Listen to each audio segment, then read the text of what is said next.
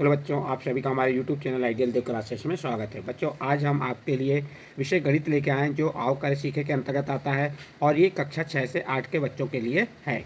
और किस सत्र के लिए है? ये सत्र 2023-24 और इस पुस्तक को मध्य प्रदेश राज्य शिक्षा केंद्र भोपाल द्वारा सत्र 2023-24 के लिए बनाया गया है।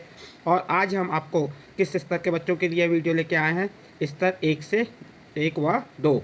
स्तर 1 और 2 मीन्स होता है अंकुर समूह के बच्चों के लिए। जो बेसलाइन टेस्ट हुआ, उस बेसलाइन टेस्ट के बाद जो बच्चे अंकुर समूह में हैं वे बच्चे इस गतिविधि को पूर्ण करेंगे। और इसके माध्यम से आज हम आपके लिए आओ करें सीखे 9 लेके आए हैं। इसमें गतिविधि का नाम है बड़ी संख्या बनाओ जीत कर बताओ। उप अवधारणा क्या है? जोड़ना। चलिए देखते हैं हम आओ करें सीखे 9। इसकी गतिविधि का नाम हो गया बड़ी संख्या बनाओ जीत कर बताओ और उप अवधारणा है जोड़ना। इसमें गतिविधि के निर्देश दिए गए हैं। ये निर्देशों को आप पढ़ लेंगे। जैसे क्या दिया है? बड़ी संख्या बनाओ जीत कर बताओ। नंबर 1 निर्देश क्या है? बच्चे अपने घर के सदस्यों, दादा दादी, माता पिता इत्यादि की आयु की सूची तैयार करें। बच्चे क्या करेंगे? अपनी दादा या दादी, माता पिता की जो आयु है उसकी सूची बनाएंगे और सूची तैयार करेंगे। नंबर 2 में क्या कहा है? सूची अनुसार किन्हीं 2 सदस्यों की आयु का जोड़ ज्ञात करेंगे। फिर नंबर 3, इसी प्रकार घर के सभी सदस्यों का क्रम बदलकर उनकी आयु का जोड़ ज्ञात करेंगे। जैसे ये दिया है, देखो दादा की आयु 64 वर्ष और दादी की आयु 59 वर्ष, तो कुल योग कितना हो गया? 123 वर्ष। पुनः पिता की आयु 41 वर्ष, माता की आयु 38 वर्ष, उन दोनों की आयु का योग कितना हो गया? 79 वर्ष। बच्चे सदस्यों की आयु की तुलना करेंगे। दादा दादी की आयु का जोड़, पिता की आयु का जोड़, जैसे किसकी आयु बड़ी है, दादा दादी की आयु अधिक है या माता पिता की आयु, उसकी तुलना कर लेंगे। बच्चे इसी प्रकार अपने आसपास के परिवार के सदस्यों की आयु, लंबाई, वजन की तुलना करेंगे।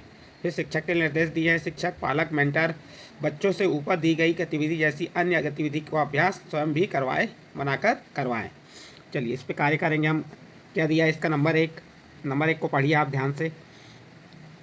आपके घर के 2 सदस्यों की आयु वर्षों में पूछकर लिखिए। जैसे आपके घर में जो सदस्य हैं, दादा दादी, माता पिता या भाई बहन, इनकी आयु क्या करना है? आपको पूछ कर लिखना है। जैसे 2 सदस्य हो गए, उनकी आयु क्या है ये पता करना है और यहाँ पे लिखना है। जैसे एक सदस्य की आयु, तो आप अपने परिवार के एक सदस्य की आयु पता कर लेंगे। एक सदस्य की आयु क्या है? मान लीजिए आपके परिवार के एक सदस्य की आयु कितनी है? 39 वर्ष। कितनी है? 39 वर्ष। और दूसरे सदस्य की आयु कितनी है? 35 वर्ष। ये हो गया, आपने लिख लिया। यहाँ पे ऐसा इस प्रकार से लिख लेंगे। ये तो हम आपको अंदाज से लिख रहे हैं। आप अपने घर के सदस्य की आयु को यहाँ पे पूछ लेंगे और लिखेंगे। फिर क्या कह रहा है? इनका योग, तो क्या करेंगे? इनको हम जोड़ देंगे।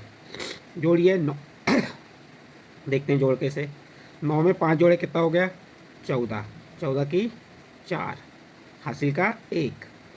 3 में 1 जोड़े 4, 4 3 7, कितना वर्ष हो गया? 74 वर्ष। ये हो गई आपके एक सदस्य की आयु कितनी थी? 39 वर्ष। और दूसरे सदस्य की आयु कितनी है? 35 वर्ष। और उनकी योग क्या हुआ? 74 वर्ष। इसमें ये भी बता देंगे जो पहले सदस्य की आयु अधिक है और दूसरे सदस्य की आयु कम है, तो यहाँ तुलना भी हो गई आपकी। फिर क्या कह रहा है? दोनों के आयु का योग 100 से कम है या ज़्यादा, तो लिख देंगे दोनों के आयु का योग 100 से कम है, क्योंकि 74 क्या होता है? 100 से कम है। चलिए आगे देखते हैं। क्या दिया? अपनी कक्षा की उपस्थिति पंजी में से उपस्थित बच्चों की संख्या एवं एक दिन पहले उपस्थित बच्चों की संख्या लिखें। देखिए, आप जिस कक्षा में पढ़ रहे हैं, चाहे छठवीं हो, 7वीं हो या 8वीं, आप उस कक्षा में उपस्थित बच्चों की संख्या लिख देंगे और एक दिन पहले उपस्थित बच्चों की संख्या, दोनों दिवसों की उपस्थिति को जोड़ें। तो चलिए हम देखते हैं क्या दिया इसमें। पहली अपनी कक्षा की आज उपस्थिति, जो आपकी कक्षा है उसकी आज की उपस्थिति क्या है? मान लीजिए आपकी आज की कक्षा की उपस्थिति कितनी है? 25 है। कितनी है ये? 25। और अपनी कक्षा की एक दिन पहले की उपस्थिति कितनी थी? 20। कितनी थी? 20 थी। आप अपनी कक्षा की उपस्थिति काउंट कर लेंगे और एक दिन पहले की उपस्थिति काउंट करेंगे और उसे यहाँ पे लिखेंगे, दोनों दिवसों की उपस्थिति का योग। तो अब क्या करेंगे? इन दोनों को हम जोड़ देंगे। किसको? 25 में 20 को जोड़ेंगे। चलिए जोड़ते हैं, कितना आता है देखते हैं। 5, 2 में 2 जोड़े 4, कितना आ गया यहाँ पे? आपका 45 आ गया। कैसे 45 आया? देखिए यहाँ पे 5 में 0 जोड़े 5, 2 में 2 जोड़े 4, 45 कहाँ पे लिख देंगे आप? यहाँ पे 45 लिख देंगे। दोनों दिवसों की उपस्थिति कितनी हो गई? 45। इस प्रकार आपका प्रश्न नंबर 2 यहाँ पे कंप्लीट होता है। इसके बाद नेक्स्ट अगला प्रश्न देखते हैं, प्रश्न नंबर 3। प्रश्न नंबर 3 में क्या कह रहा है? अपने आसपास के सब्जी वालों से 1 किलो आलू और 1 किलो टमाटर का मूल्य पता करके लिखो और योग करो। तो चलिए, आप कहाँ जाइए, बाज़ार जाइए, बाज़ार में या अपने आसपास जो ठेलियाँ लगती हैं सब्जियों की, वहाँ पे जाके आपको पता करना है कि 1 किलो आलू का मूल्य क्या है। तो उस सब्जी वाले ने बताया आपको 1 किलो आलू का मूल्य 20 रुपये है। कितना है? 20 रुपये। अब 1 किलो टमाटर का मूल्य, तो टमाटर तो अभी फार्म पे चल रहा है, आपको मालूम ही है। तो टमाटर 1 किलो टमाटर का मूल्य कितना है? 160 रुपये। कितना है? 160 रुपये। किसने बताया आपको? ये दुकानदार ने बताया। अब क्या करना है? इनका योग कर देना है। अब 20 को 160 में जोड़िए, शून्य में शून्य जोड़े तो शून्य, 2 में 6 जोड़े कितना हो गया? 8। 2 में 6 जोड़े 8, और एक जैसा का वैसा, तो कितना हो गया? 180। देखो 1 किलो आलू का मूल्य कितना था? 20 रुपये। 1 किलो आलू का मूल्य कितना था? 20 रुपये। 1 किलो टमाटर का मूल्य कितना है? 160 रुपये। और दोनों का योग कितना हो गया? 180 रुपये। इस प्रकार से आप यहाँ पे 1 किलो आलू और 1 किलो टमाटर का मूल्य निकाल सकते हैं और उनका योग बता सकते हैं। फिर नेक्स्ट क्वेश्चन है, क्वेश्चन नंबर 4। कक्षा 6 में लड़कियों की संख्या कितनी है? 24। लड़कों की संख्या कितनी है? 32। तो कक्षा में कुल कितने बच्चे हैं? तो आपको यहाँ बताना है कि कक्षा 6 में लड़कों की उपस्थिति और लड़की की उपस्थिति दी गई है, तो कुल बताना। लड़की की उपस्थिति कितनी है? 24। तो यहाँ पे क्या लिख देंगे आप? 24 लिख दिए। ये आपने ये क्या लिख दिए? 24 लिख दिए। अब लड़कों की संख्या कितनी है? 32। तो यहाँ पे लड़कों की संख्या के सामने 32 लिख दिए। अब इनका क्या करेंगे आप? योग करेंगे। इनका योग कर लेंगे आप। चलिए देखते हैं इनका योग करके। ये 4 में 2 जोड़ी कितना हो गया? 6। 4 में 2 जोड़ी कितना हो गया? ये 6 हो गया। फिर 2 में 3 जोड़े कितना हो गया? 5। कुल बच्चों की उपस्थिति कितनी हो गई? 56। तो आपको यहाँ पे लड़कियों की संख्या दी हुई है और लड़कों की संख्या दी है, तो इसी का योग करना है। 4 2 6, 3 2 5, टोटल कितना हो गया? कुल कितना हो गया? 56। इस प्रकार आपका प्रश्न नंबर 4 कंप्लीट हुआ। नेक्स्ट अगला आता है प्रश्न नंबर 5। प्रश्न नंबर 5 में क्या दिया है? एक विद्यार्थी ने दुकान से 1 किलो चावल, कितने किलो चावल? 1 किलो चावल 45 के, 1 किलो दाल 110 रुपये की एवं 1 किलो आटा 25 का खरीदा। तो बताइए उसे दुकानदार कितने रुपए देने होंगे? तो देखिए यहाँ पे 1 किलो आलू कितने का है? 1 किलो चावल कितने का है? 45 रुपये का। हम क्या लिख देंगे यहाँ पे? 45। ये 45 लिख दिया हमने।